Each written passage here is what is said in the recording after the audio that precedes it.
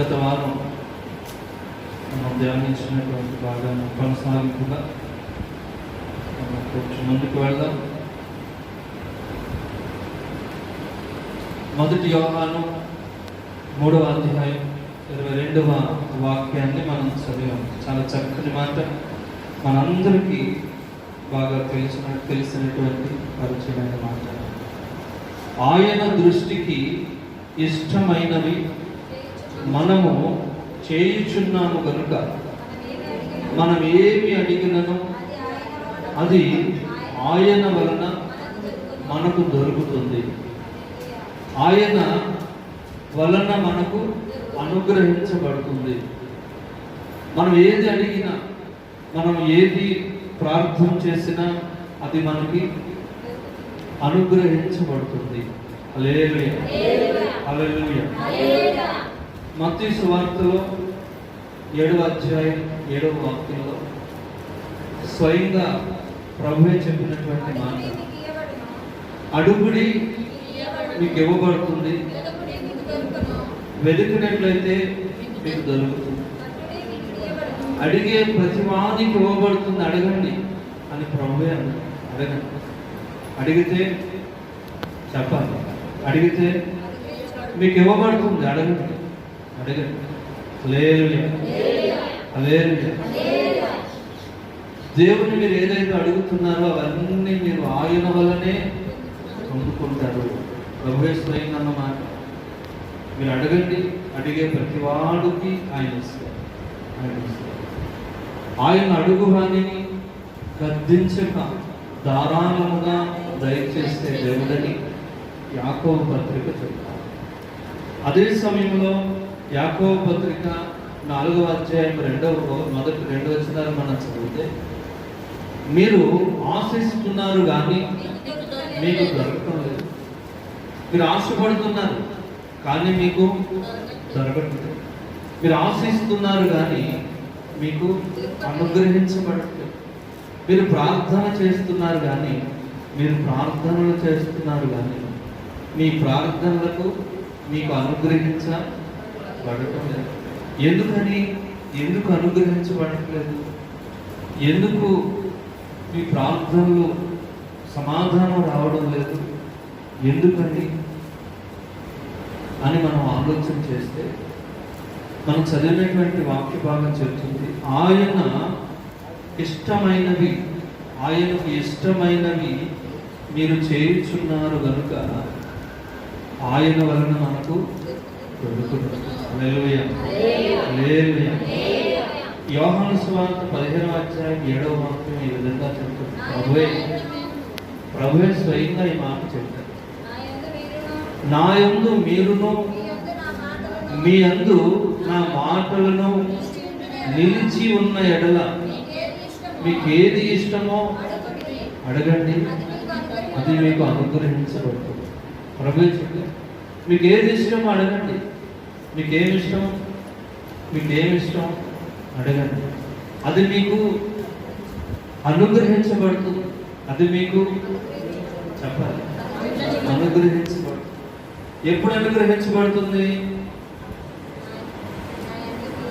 ఆయన యందు మీరు నిలిచి ఉండాలి, మీలో ఆయన మాటలు నిలిచి. అంటే దీని అర్థం, మనము ఆయన దృష్టికి ఇష్టమైనవి చేయాలి. ఆయన దృష్టికి ఇష్టమైనవి, అందుకని ఆయన దృష్టికి ఇష్టమైనవి మీరు చేయించున్నారు కనుక.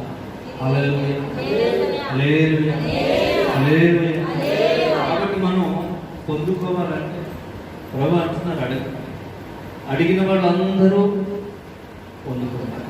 మీరు అనేక వారాల నుంచి వస్తున్నారు, ప్రతి వారం ప్రభు సన్నిధిలో మీరు ప్రభుని అడుగుతున్నారు, అనేకమైన విషయాలు పొందుకుంటున్నారు, అనేకమైన విషయాలు పొందుకుంటున్నారు. హల్లెలూయా, హల్లెలూయా. పొందుకుంటున్నారు లేదా? ఆయన అడిగి మనందరం పొందుకుంటూ ఉన్నాం. అయితే ప్రత్యేకంగా ప్రభు చెప్తున్నటువంటి మాట, అడగండి, అడగండి, చెప్పాలి. అడిగింది మీరు పొందుతారు, అడిగితే హల్లెలూయా, హల్లెలూయా. అడిగితే ఇప్పుడు మీకు భౌతికంగా అనేక అవసరాలు ఉన్నాయా? అవసరాలు ఉన్నాయా? భౌతికంగా అనేక అవసరాలు ఉన్నాయి, ఆత్మీయంగా అనేక అవసరాలు ఉన్నాయి కదా. కనుక మనం భౌతికంగా అనేక అవసరాలు ప్రభువుని అడుగుతున్నాం.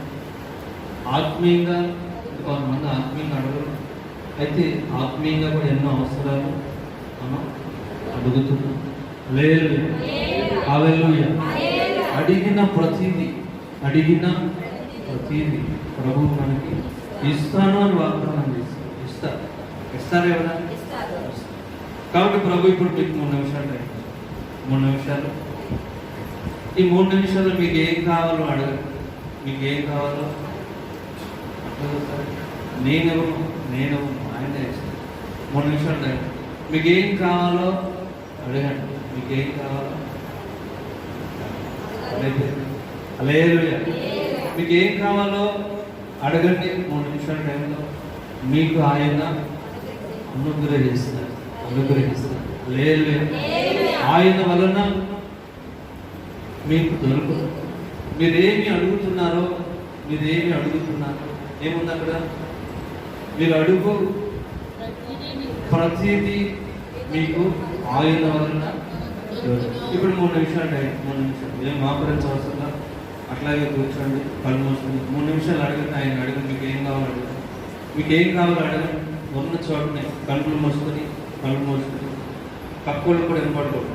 మీ మనసులోనే అడగండి. ప్రభువుని అడగండి. 3 నిమిషాలు ప్రభు నాకు ఇది కావాలి, మాకు ఇది కావాలి అని అడగండి. ప్రతి ఒక్కరు ప్రభువుని అడుగుదాం. ప్రభువుని అడగండి.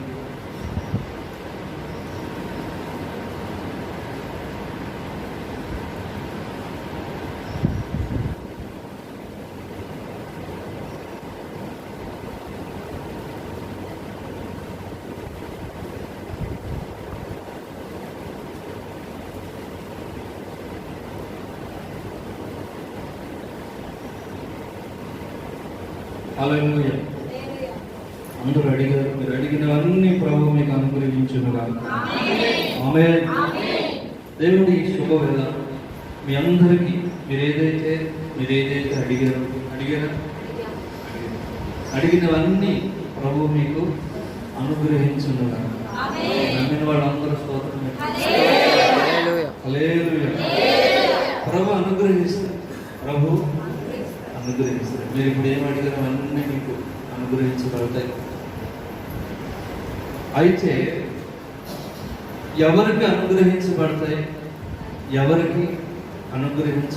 అంటే ఆయన ఇష్టము చొప్పున చేస్తున్న వారందరికీ అనుగ్రహించబడతాయి. ఆయన దృష్టికి ఇష్టమైన వాటిని మీరు చేయుచున్నారు కనుక ఆయన దృష్టికి ఇష్టమైనవి మనం చేయాలి. ఆయన దృష్టికి ఇష్టమైనవి చేస్తే మనం అడిగే ప్రతిదీ ఇస్తారు. ఎవరా? ఆయన అబద్ధం ఆడుటకు ఆయన మనుష్యుడు కాదు, అబద్ధం ఆడతాడు. ఆయన చెప్పారంటే చేస్తారు. హల్లెలూయా. కనుక ఆయనకి ఇష్టమైన వాటిని గురించి చెప్పేటప్పుడు మీకు ముందు కూడా నేను చెప్పాను. మనుషులు 4 గుంపులుగా మనం విభజించాం. 4 రకాలు మనుషుల ఇష్టాలు. 4 రకాలు. మొదటి లూకాసు వార్త 11వ అధ్యాయం 25వ వాక్యం. 16:25. అందుకు అబ్రహాము, కుమారుడా, నీవు నీ జీవితకాలం అంతా నీకు ఇష్టమైనట్లుగా సుఖాలు అనుభవించి జీవించు. హల్లెలూయా. మొదటి గుంపు ఎవరంటే వారికి ఇష్టమైనట్టుగా జీవించేవారు. వారికి అట్లా ఇష్టమైతే అట్లా జీవిస్తారు. ఒకవేళ మీరు ఇట్లా ఉండకూడదు, ప్రభు నమ్ముకున్నాం కదా, అట్లా ఉండకూడదంటే మా విషయాల్లో ఏమంటారు? మా యొక్క విషయాల్లో దూరద్దు, తలదోచుకు ఏలట్టుకు మా ఇష్టం వచ్చినట్టు చేస్తాం. ఎవరు వీళ్ళు? వారికి నచ్చినట్టు దేవుని చిత్తం, మన దేవుని ఆలోచన మనకు అవసరం లేదు. వారికి నచ్చినట్టు వాడు చేస్తాడు. ఇప్పుడు నరకంలో ఉండి ధనవంతుడు నరకంలో ఉండి ఏడుస్తూ ఉంటే అబ్రహాం చెప్తున్నాడు, కుమారుడా నువ్వు భూమి మీద నీకు ఇష్టం వచ్చినట్టు జీవించు. ఇక్కడ కూడా ఇప్పుడు నీకు నచ్చినట్టు జీవించు, ఇక్కడ వదలదు. లేదు కానీ ఈ గుంపు ఎవరు? తమకు ఇష్టం ఎలా ఉంటే అలా. ఇక్కడ ఏం చెబితే అట్లా వెళ్ళిపోయే బ్యాచ్.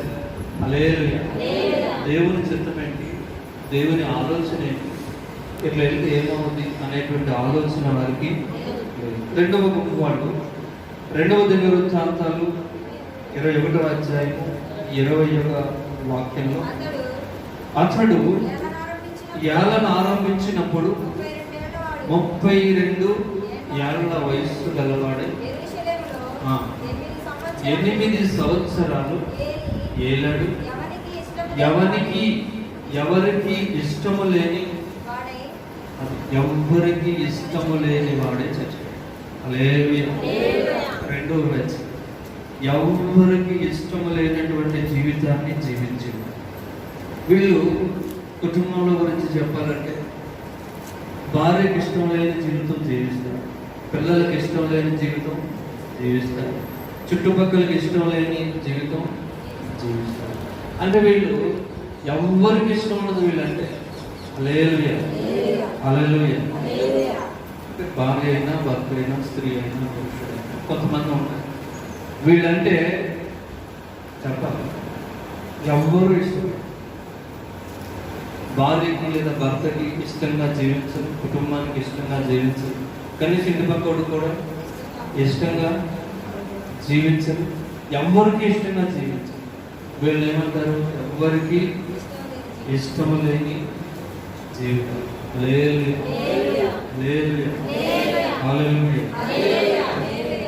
ఎవరికి ఇష్టం లేని జీవితం. ఉదాహరణకు చెప్పాలంటే చాలా ఉంటాయి కదా, నాకు టైం సరిపోతుంది. దానికి నేను 3వ గుంపులోకి వెళ్తాను. 3వ ఎస్తేరు గ్రంథం 10వ అధ్యాయం 3వ వాక్యంలో మొర్దెకై అనేటువంటి ఒక ఆయన, మొర్దెకై అనేటువంటి ఒక ఆయన, ఇతను ప్రభువును నమ్ముకున్నటువంటి వాడు, ప్రభువు కొరకు రోషం కలిగిన వాడు, ఎవరికి తల వంచుడు, దండం పెట్టడు, దేవుని కొరకు నిలబడేటువంటి ఒక మంచి విశ్వాసం. ఇతను రాజు గేటు దగ్గర వాచ్మెన్ గా చిన్న ఉద్యోగం చేసుకుంటాడు. దేవునికి ఎంతో నమ్మకంగా ఉన్నటువంటి వ్యక్తి కనుక ఇతను గేటు దగ్గర నుంచి, అంటే వాచ్మెన్ పోస్ట్ నుంచి ఆ దేశంలో మహామంత్రి పోస్టుకి ఎదిగాడు. హల్లెలూయా హల్లెలూయా. 10వ అధ్యాయం 3వ వాక్యంలో అతని గురించి రాయబడింది, చదవండి. యూదుడైన మొర్దెకై ప్రధానమంత్రిగా ఉంటూ తన వారందరితో సమాధానముగా మాట్లాడుచు తన జనుల యొక్క క్షేమమును విచారించువాడును, తన దేశస్థులలో చాలా మందికి ఇష్టడుగా జీవించాడు. హల్లెలూయా హల్లెలూయా. ఇతడు సమాధానముగా మాట్లాడుచు, అది ప్రాముఖ్యమైన. ఎట్లా మాట్లాడతాడు? సమాధానముగా మాట్లాడుచు అనేకులు చాలా మందికి ఇష్టడుగా జీవించాడు. చాలా మందికి ఇష్టడుగా జీవించాడు. హల్లెలూయా హల్లెలూయా. ప్రజలతో సమాధానంగా మాట్లాడే లక్షణం. ఎట్లా మాట్లాడాలి? గొడవలు పడేటట్టు కాకుండా సమాధానంగా మాట్లాడు. సమాధానపరచువారు ధన్యులు, వారు హల్లెలూయా. సమాధానపరచువారు ధన్యులు, వారు దేవుని కుమారులు అనిపించు. దేవుని కుమారులు, దేవుని పిల్లలు సమాధానం కలిగి ఉంటారు, సమాధానముగా మాట్లాడతారు. ఇతను సమాధానంగా మాట్లాడుతూ ఇతరుల క్షేమం కొరకు ప్రార్థన చేస్తూ ఇతరుల క్షేమాన్ని కోరుకుంటూ అనేకులకు చాలా మందికి ఇష్టడుగా జీవిస్తూ ఉంటాడు. హల్లెలూయా. మనం కూడా అనేకులకి ఇష్టలుగా జీవించాలి. మనం అనేకులకి ఇష్టలుగా జీవించమంటే మనోళ్ళు శాపగ్రస్తులకి, అన్యులకి, వాళ్ళకి ఇష్టలుగా జీవిస్తాం. అది శాపగ్రస్తమే. అది కూడా అప్పుడు ఆ సబ్జెక్ట్లో టైం లేదు. హల్లెలూయా. కనుక మనం సమాధానం, ఎవరితో సమాధానం? దేవుని ప్రజలు తన జనులతో సమాధానముగా మాట్లాడుచు చాలా మందికి ఇష్టలుగా, మీరు అనేకులకు ఇష్టలుగాను, అనేకుల వరకు ప్రార్థించేవారుగా, అందరూ మిమ్మల్ని ఇష్టపడే విధంగా మీరు జీవించాలి. నాలుగో మొదటిది తనకు ఇష్టం వచ్చినట్టు జీవించేవాడు. రెండవది ఎవరికి ఇష్టం లేని జీవితాలు జీవించేవాడు. మూడవది చాలా మందికి ఇష్టలుగా జీవించేవాడు. నాలుగవది ఫిబ్రవరికి రాసిన పత్రిక 11వ అధ్యాయం 5వ వాక్యంలో హనోకు విశ్వాసమును బట్టి హనోకు అతడు దేవునికి ఇష్టనిగా ఉండెను. దేవుడు అతని గురించి సాక్ష్యం ఇచ్చారు. అతడు 360 రోజులు 360 సంవత్సరాలు బ్రతికాడు. అతను దేవునికి ఇష్టడుగా జీవించాడు. హల్లెలూయా. దేవునికి మనం ఇష్టలుగా జీవించాలి. దావీదుని గురించి వాక్యం చెప్తుంది. అతడు నా హృదయానుసారుడైన మనుష్యుడు. ఎవరు చెప్పారు ఈ మాట? దేవుడు చెప్తున్నారు. దావీదు ఎవరంటే నా హృదయానుసారుడైన మనుష్యుడు. అతను ఏం చేస్తున్నాడు? ప్రార్థనా పూర్వకంగా దేవుడు ఏది ఇష్టపడతాడో, దేవునికి ఏది ఇష్టమో తెలుసుకొని వాటిని చేస్తున్నాడు. దేవునికి ఏది ఇష్టమో వాటిని చేస్తున్నాడు. హల్లెలూయా. దేవునికి ఆరాధన చేయాలి. ఆరాధన చేసి కాచుకునేటువంటి వ్యక్తిని మహారాజుగా చేశాడు. ఎందుకు చేశాడు అంటే చెప్పండి, ఎందుకు చేశాడు? అతను దేవునికి ఇష్టమైన కార్యాలు చేశాడు. హల్లెలూయా. హల్లెలూయా. హల్లెలూయా. మనం ఏం చేయాలి? దేవునికి ఇష్టమైన కార్యాలు, దేవునికి ఇష్టలుగా మనం జీవించాలంటే ఇష్టమైన కార్యాలు అంతేనా? హల్లెలూయా. హల్లెలూయా. దేవునికి ఇష్టమైనవి చేయాలి. యెషయా గ్రంథం 66వ అధ్యాయం 4వ వాక్యం చదివితే, యెషయా గ్రంథం 66:4 నేను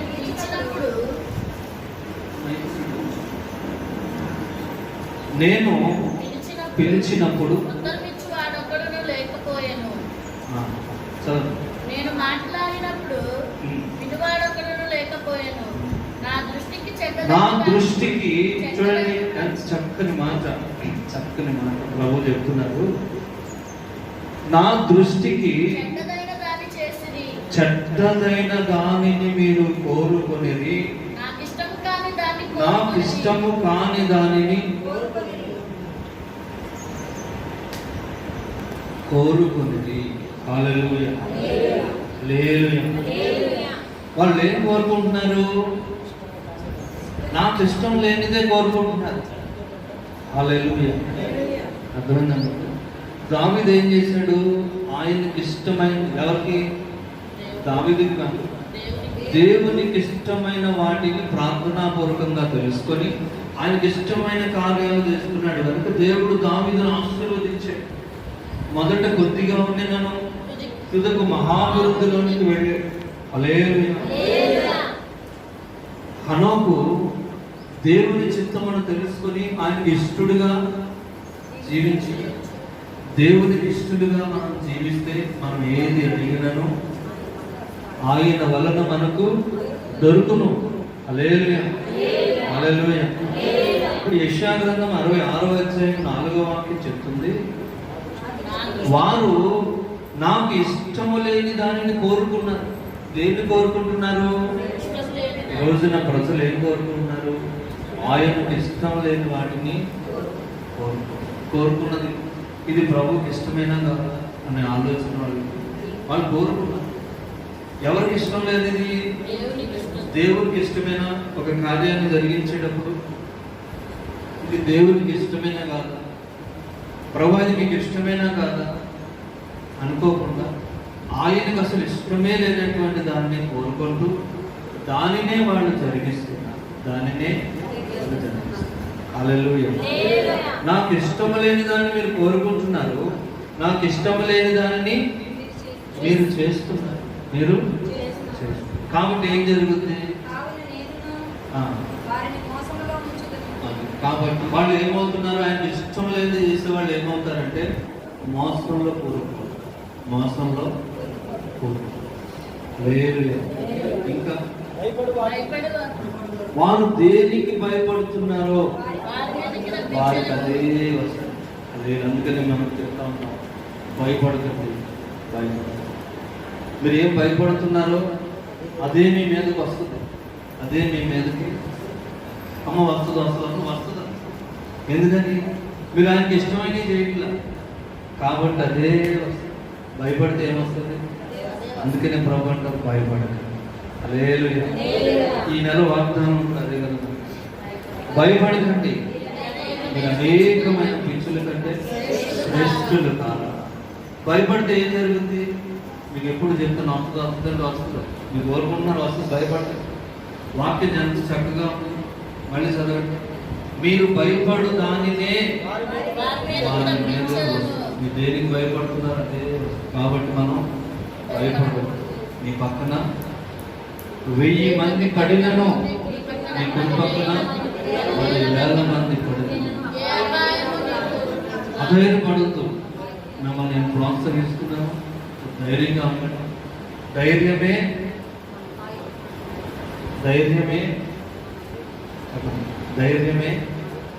ఆరోగ్యం. అందుకని ప్రభు ధైర్యంగా ఉండండి, సంతోషంగా. నేను మిమ్మల్ని విడువను. ఆయన విడువను. మనం ఏం చేయాలి? ఆయనకు ఇష్టమైన వాటిని చేయాలి. ఆయనకి ఇష్టమైన వాటిని, ఆయనకి ఇష్టం లేని వాటిని వాళ్ళు ఆ ప్రజలు కోరుకున్నారు. అందుకని వాళ్ళు మోసంలో చిక్కుకుపోయారు.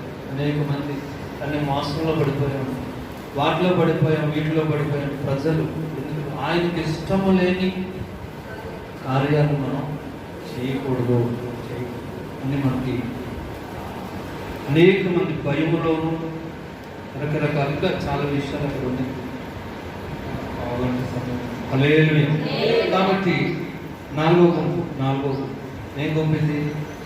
ఆయనకి ఇష్టమైనవి చేసేవాడు. ఇప్పుడు 4 చెప్పాను. మొదటిది వాళ్ళకి ఇష్టమైనట్టు జీవించేవాడు. ఎవరికి ఇష్టం లేనట్టు జీవించేవాడు. రెండవది, మూడవది చాలా మందికి ఇష్టమైనట్టు జీవించేవాడు. నాలుగవది దేవునికి ఇష్టలుగా జీవించే. హల్లెలూయా. మనసులో ఉంచుకొని ఇప్పుడు ఆయనకి ఇష్టమైనవి 3 విషయాలు గురించి. ఆయనకి ఇష్టమైనవి, ఆయన దృష్టికి ఇష్టమైనవి చేస్తే ఆయన మనం ఏం అడిగినారో అది మనకి చేస్తారు. హల్లెలూయా. ప్రజలకు ఇష్టమైనవి చేస్తే, మీ బంధువులకు ఇష్టమైనవి చేస్తే, కొంతమంది దేవుని ఇష్టానికంటే ప్రభు చెప్పారు స్వయంగా స్వార్థలో, వారు దేవుని మెప్పు కంటే మనుష్యుల మెప్పును కోరుకొని అనేకులు ప్రభువు దగ్గరికి రాలేదు. వాళ్ళందరూ ప్రభువుని నమ్మారు, కానీ ప్రభు దగ్గరికి బాహాటంగా రాలేదు. ఎందుకంటే వాళ్ళ బంధువులు, అక్కడ ఉన్నటువంటి సమాజం వారిని వాళ్ళ మెప్పును కోరుకుంటున్నారు, కానీ దేవుని మెప్పును వారు కోరుకున్నవారు. ఇది చాలా వ్యత్యాసం. దేవుని మెప్పును కోరుకోకుండా వాళ్ళు మనుష్యుల మెప్పునే కోరుకున్నారు.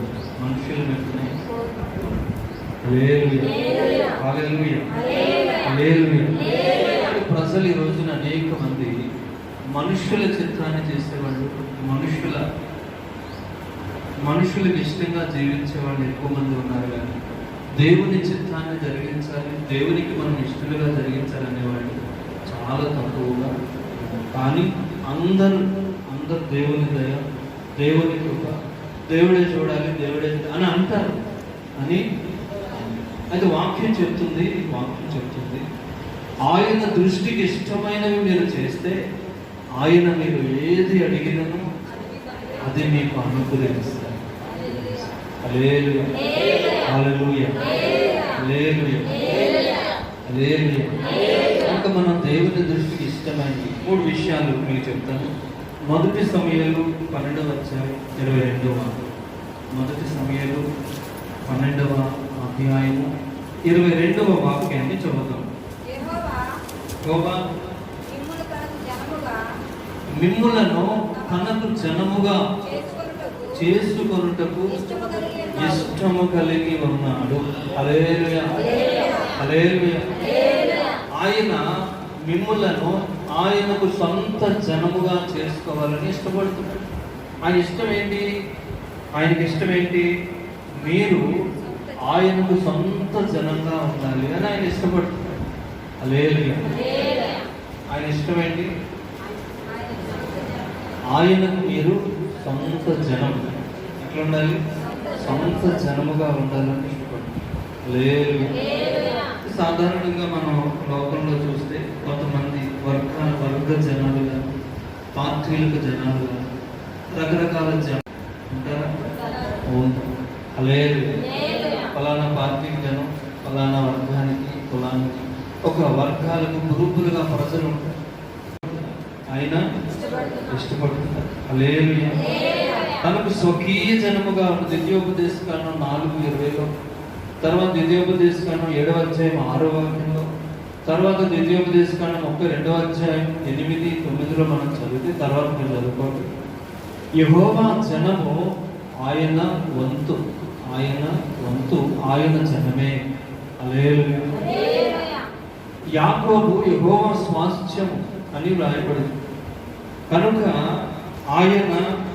ఆయన సొంత జనులుగా మనల్ని ఏర్పాటు చేసుకోవడం ఆయన ఇష్టం. ఆయనకు జనముగా ఉండాలి. మొదటిది ఏంటి? ఆయనకు జనముగా ఉండాలి. హల్లెలూయా, హల్లెలూయా.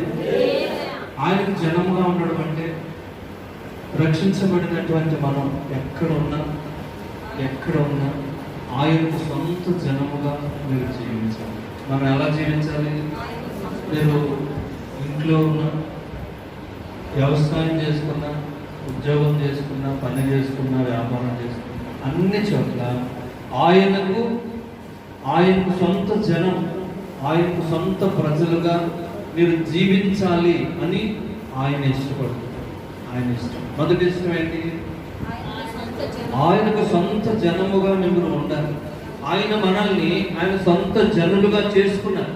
ప్రభు మనల్ని సొంత జనులుగా చేసుకున్నారు. ఆయన రక్తములో మనల్ని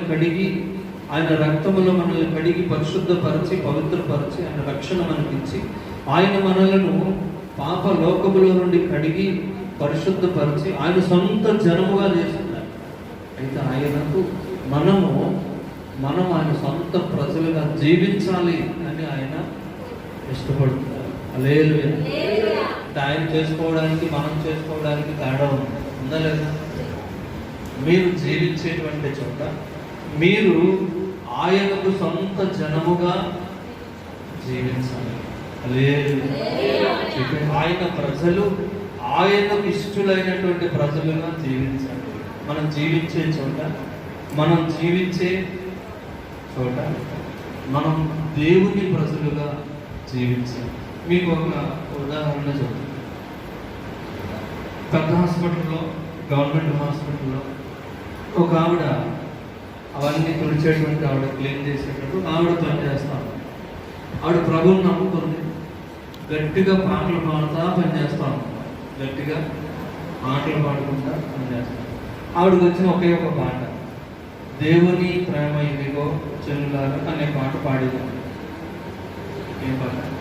దేవుని ప్రేమ ఇదిగో జనులారా అనే పాట. గట్టిగా పాడుకుంటాం. అందులో 24 చరణాలు ఉంటాయి, 2-3 కదా, 24 చరణాలు పాడుకుంటా పొద్దున్న మొదటి సాయంత్రం దాకా పాడుకుంటా ఆ పేషెంట్ల దగ్గర పాడుకుంటా ఉంటే పేషెంట్ కూడా వింటా ఉంది. చక్కగా వినేవాళ్ళు. ఆవిడ కొంతమంది ప్రాంతంలో చేస్తూ ఉండేది. ఒక రోజున అక్కడ ఉన్నటువంటి పెద్ద డాక్టర్ గారు మారిపోయారు, ట్రాన్స్ఫర్ అయ్యారు. అక్కడ వాళ్ళు అన్నారంటే, ఇదిగో ఇప్పుడు వస్తున్నారు కొత్త డాక్టర్, ఆయనకి క్రైస్తవులు అంటే పడదు, ప్రార్థన అంటే అసలు పడదు, పాటలు అంటే అస్సలు పడదు. కాబట్టి నువ్వు పెద్ద నోరేసుకుని పాడే వరకు నీ ఉద్యోగం పోస్టింగ్ అవ్వచ్చు, ఊడిపోవచ్చు, కాబట్టి జాగ్రత్తగా ఉండు, పాడగా అని చెప్పారు. సరిగా తర్వాత ఆవిడ అంటుంది, పాడుకుంటే ఎట్లా ఉంటామంటే మెల్లిగైనా పాడుకున్నాం, మెల్లిగైనా పాడుకున్నాం. అంతకు ముందేమో పెద్ద నోరేసుకుని పాడు, ఇప్పుడేమో దేవుని ప్రేమ ఇది అని మెల్లుగా పాడు, మెల్లిగా. అట్లా కొన్ని రోజులు గడిచిన తర్వాత ఒక రోజు డాక్టర్ గారు వెళ్తా ఏం సౌండ్ అవుతుందని విన్నాడు. ఆ కిటికీ దగ్గరికి వెళ్ళేసరికి ఈవిడ రూమ్లో తుడుచుకుంటా గట్టిగా అలవాటు ప్రకారంగా పాడతాం. నేను గట్టిగా పాడట్లేదు, మెల్లిగా పాడుతాను. ఆయన కాసేపు విన్నాడు, కాసేపు విన్నాడు. వీళ్ళు చూసిన వాళ్ళు సైడ్ చేస్తుంటే ఆవిడ చూడకుండా ఆవిడ పాటలో లేనమైపోయి ఆవిడ పాడుకుంటూ చేసుకుంటాం. సరే ఆయన కాసేపు చూశాడు, చూసి వెళ్ళిపోయి ఆవిడ ఒకసారి పిలవండి, ఆవిడని రూమ్లోకి పిలవండి. పిలిచాడు. అన్నారు, చెబితే విన్నావా పాడొద్దని చెబితే విన్నావా, నీ ఉద్యోగం ఊడిపోయింది. సరే ఆవిడ వెళితే ఆయన అందరూ వెళ్ళిపోయిన బయటికి ఆవిడతో మాట్లాడాలి. వాళ్ళు అన్నారు, నీకు ఊడిపోయింది నీ ఉద్యోగం అని వాళ్ళు వెళ్ళిపోయారు. అప్పుడు ఆవిడ డాక్టర్ గారు వెళ్ళి, డాక్టర్ గారు పొరపాటు అయిపోయింది, ఇంకెప్పుడు పాడను, ఇంకెప్పుడు నాకు అలవాటు ఇది, అందుకే పాడేశాను, ఇంకెప్పుడు పాడను. ఆయన అన్నాడు, నేను చెప్పేది అనుకున్నా ఇవ్వండమ్మా చెప్పి, ఇందాకేదో పాట పాడుతున్నావుగా, అదేదో కొంచెం బాగున్నట్టు ఉంది, కొంచెం మళ్ళీ పాడు ఏమన్నాడు. ఆ పాట వెంటనే కొద్ది వినబుద్ధిగా ఉంది, ఒకసారి పాడు. ఇక ఊరుకుంటుందా ఇప్పుడు, ఇక ఊరుకుంటుందా, ఇక రెచ్చిపోయి పాడు. ఎన్ని చరణాలు ఉన్నాయి? 24 చరణాలు. బైబిల్లో మొదటి నుంచి శిలువ యాగం దాకా ఆయన పునరుద్ధానుడే లేచి దాకా ఉంటుంది ఆ పాట. హల్లెలూయా. పూర్వం ఆ పాటలు పాడుకుంటూ ప్రజలు శుభార్త చేసేవాడు. దేవుని ప్రేమ ఎదుగో జనులారా చూడండి అని చెప్తున్నారు. ఆ పాట అంతా పాడేసిన తర్వాత ఆయన అన్నారంటే బాగుంది. ఆదివారం నువ్వు ఏ చర్చికి వెళ్తావు? నేను కూడా అసలు పాటలు పాడతాను, బాగా పాడతానంటారు, బాగా పాడతారు. ఇంకో పాట పాడే ఇంకో పాట పాడు, ఈ పాట లేదు. కాబట్టి మనం జీవించే చోట, మనం పనిచేసే చోట మనం ఇష్టలుగా జీవించాలి, దేవుని ప్రజలుగా జీవించాలి. మొదటిది ఏంటంటే ప్రభువుని మాట, మీరు నాకు జనులుగా జీవించడం నాకు ఇష్టం. అదే ఇశ్రాయేలు ప్రజలను బానిసత్వంలో ఉన్నటువంటి వాటిని ప్రభువు విడిపించి ఎర్ర సముద్రాన్ని పాయలు చేసి, ఎండ తగులకుండా మేఘస్తంభాన్ని, చలి వేయకుండా అగ్నిస్తంభాన్ని ఉంచి, రకరకాల పరిస్థితుల్లోంచి వాళ్ళను తప్పించి, వాళ్ళకి మన్నానిచ్చి, మధురమైన జలాన్నిచ్చి, రోగాలు రాకుండా కాపాడి, కాళ్ళు నొప్పులు రాకుండా కాపాడి, వస్త్రాలు మురికవ్వకుండా కాపాడి, చెప్పులు తెగిపోకుండా కాపాడి, వాళ్ళని తీసుకువెళ్ళి కనాను దేశంలో పెట్టి ప్రభు అంటారు, మీరు నా జనముగా జీవించాలి. అందుకు ఇవన్నీ చేశాడు. ఎందుకు ఇవన్నీ చేసింది? ఊరికి కాదు, ఆయన జనులుగా మీరు జీవించాలి. అన్ని మేలులు పొందుతారు, అన్ని ఆశీర్వాదాలు పొందుతారు, అన్ని స్వస్థతలు పొందుకుంటారు. కానీ ఆయన జనులుగా మాత్రం జీవించాలి. ఆయన జనులుగా ఎలా కుదురుతుంది? ఆయనకి ఇష్టలుగా మీరు జీవించాలి. అందుకే కదా మిమ్మల్ని రక్షించాలి, అందుకే కదా నేను మిమ్మల్ని ఏర్పాటు చేస్తుంది. యాకోబు గురించి ప్రభు అంటారు, భయంకరమైన ప్రాంతంలో నువ్వు ఏడుస్తూ ఉన్నప్పుడు, నీ స్థితి బాగోలేనప్పుడు, రోగగ్రస్తుడు ఉన్నప్పుడు నేను నిన్ను పలకరించాను, పరామర్శించాను, స్వస్థపరిచాను. ఎందుకు చేశాను ఇవన్నీ? నీవు నాకు జనులుగా జీవించాలని కదా. కానీ నీవు నాకు ఇష్టం లేని వాటిని చేస్తున్నావు, నీవు నాకు ఇష్టం లేని వాటిని కోరుకుంటున్నావు అని ప్రభు బాధపడుతున్నాడు. హల్లెలూయా. మొదటిది ఆయన దృష్టికి మీరు ఇష్టమైన జనులుగా జీవించాలి, సొంత జనులుగా జీవించాలి. ఆయనకి ఏంటి ఇష్టం? ఆయన జనులుగా మీరు జీవితం. 1 కొరింథీ 6:18-19 ఆయన అంటారు, మీరు మీ సొత్తు కాదు, మీరు మీ సొత్తు విలువ పెట్టి కొనబడిన ఈ దేహము దేవుని ఆలయం. ఈ దేహము దేవుని కనుక ఆయన మహిమపరచాలి. ఆయన్ను మనం ఎవరి సొత్తు? దేవుని సొత్తు, దేవుని ప్రజలు. దేవుడు రక్తము చేత మనల్ని కొనుక్కున్నాడు కనుక మీరు ఏం చేయాలి?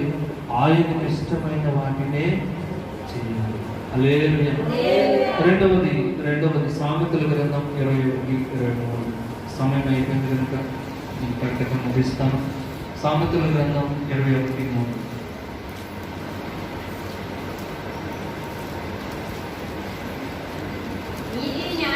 నీతి న్యాయములు అనుసరించిన యెహోవాకు ఇష్టం. హల్లెలూయా. దేవునికి ఇష్టమైనది ఏంటంటే నీతి న్యాయమును జరిగించడం. నీతి న్యాయమును జరిగించడం ఆయనకు బలులు అర్పించుట కంటే నీతిని న్యాయాన్ని జరిగించడం ఆయనకు ఇష్టం. హల్లెలూయా. దానియేలు గ్రంథం 4:27 ఈ విధంగా చెప్తుంది. దానియేలు గ్రంథం 4:27 దానియేలు రాజు గారికి ఈ విధంగా చెప్తున్నాడు, రాజా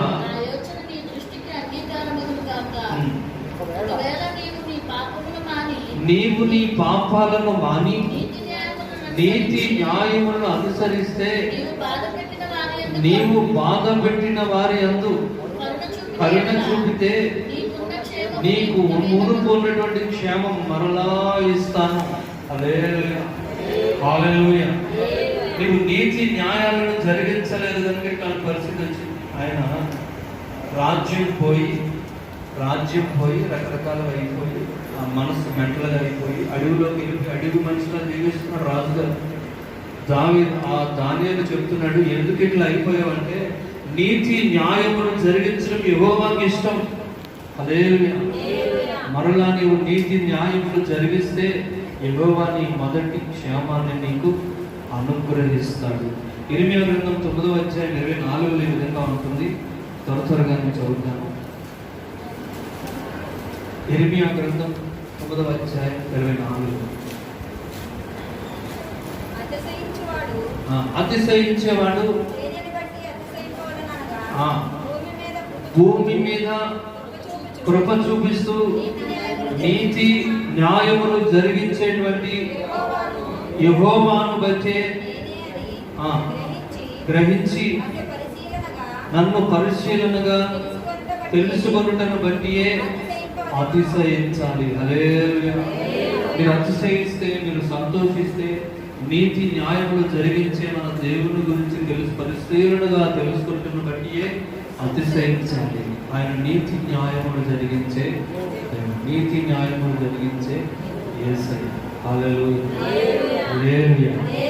నీతి న్యాయములు జరిగిస్తాడు. నెబుకద్నెజరుతో దానియేలు దేవుని గురించి చెబుతూ నీతి న్యాయములు జరిగిస్తే క్షేమాన్ని నీకు కలుగుతుంది. దానియేలు ఆ నెబుకద్నెజరు ఎలాంటి వాడంటే దేవుని కార్యం చూసినప్పుడల్లా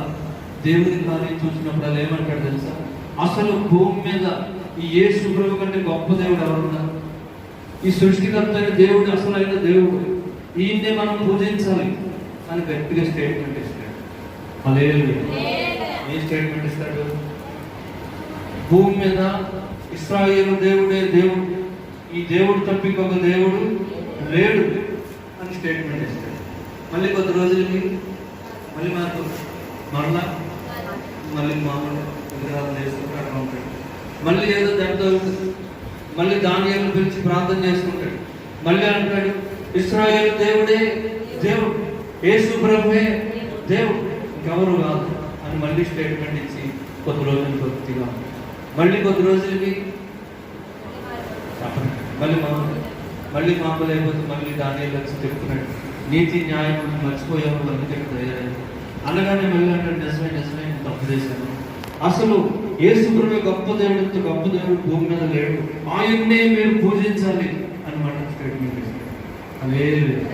కొంతమంది ఇట్లా ఉంటారు, కొంతమంది అప్పుడప్పుడు మన దేవుడు అంత గొప్ప దేవుడు లేడని మళ్ళా మామూలు మళ్ళా కొద్ది రోజుల తర్వాత మళ్ళీ కాబట్టి దేవుని వాక్యం చెప్తుంది, నీతి న్యాయములు మన దేవుడు జరిగించేటువంటి యేసయ్య మీరు కూడా నీతి న్యాయములనే జరిగించడం ఆయనకి ఇష్టం. హల్లెలూయా. మీరు అన్యాయం చేయడం ఆయనకి ఇష్టం లేదు. ఆయనకి ఏమి ఇష్టం? నీతి న్యాయములు చేయడం. మొదటిది ఆయనకు సొంత జనముగా ఉండడం ఆయనకి ఇష్టం. రెండవది నీతి న్యాయములు జరిగించడం ఆయనకు ఇష్టం. హల్లెలూయా. మూడవది యెహెజ్కేలు గ్రంథం 16వ అధ్యాయం 8వ వచనం. నేను చదివి నేను ముగించేస్తాను. ఆ చదవడం త్వరగా. నాకు ఇష్టము కలిగించు ప్రాయము నీకు కలుగగా అని అక్కడ ఉంటుంది. లేదు తీసారా? యెహెజ్కేలు 16:8. నేను నీ వద్దకు వచ్చి నిన్ను చూడగా ఇష్టము పుట్టించు ప్రాయము. హల్లెలూయా. ఆయన మీ దగ్గరికి వచ్చి చూస్తాడు. ప్రాయం అంటే వయస్సు, ఇష్టము పుట్టించే వయస్సు. హల్లెలూయా. అంటే ఏంటి? మీరు రక్షణ పొందిన తర్వాత ఆత్మీయ ఎదుగుతా ఉన్నారు. హల్లెలూయా. ఏం చేయాలి? రోజు రోజుకి మీరు ఎదగాలి.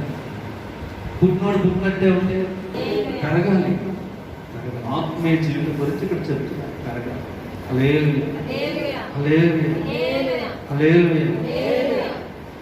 ఎఫెసీయులకు రాసిన పత్రిక 4వ అధ్యాయం 11 నుంచి 15 వరకు మనం చదివితే అక్కడ ఈ విషయాలు ఉంటాయి. ఆత్మీయంగా మీరు ఎదగాలి.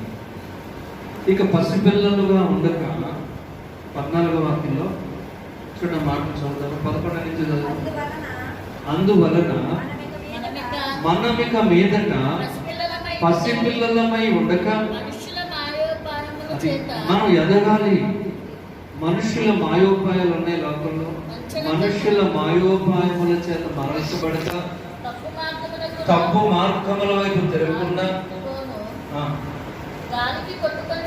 గాలికి కొట్టుకొని పోవు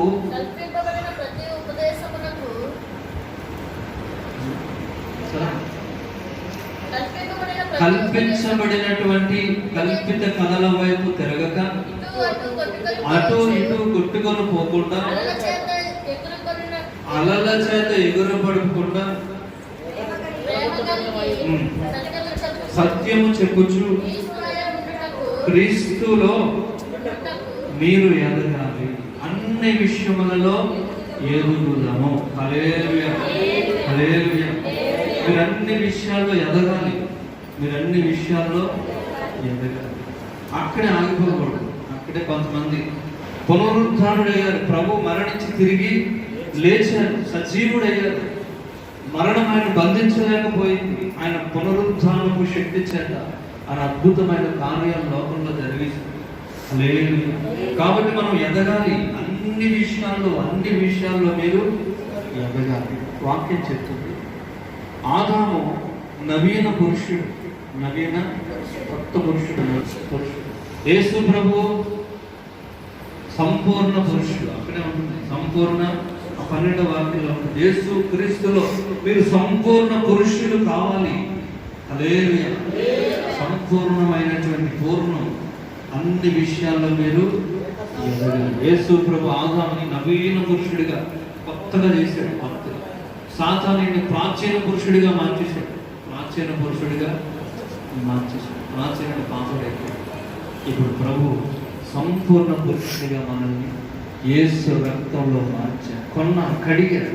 మీరు యేసు క్రీస్తులో జన్మించారు. మీరు అందరూ ఎదగాలి. ఏం చేయాలి? చెప్పాలి. ఎదగాలి. పరమగీతం 8వ అధ్యాయం 8వ వాక్యం ఒక చక్కని మాట. మాకొక చెల్లి కలదు. చెల్లెను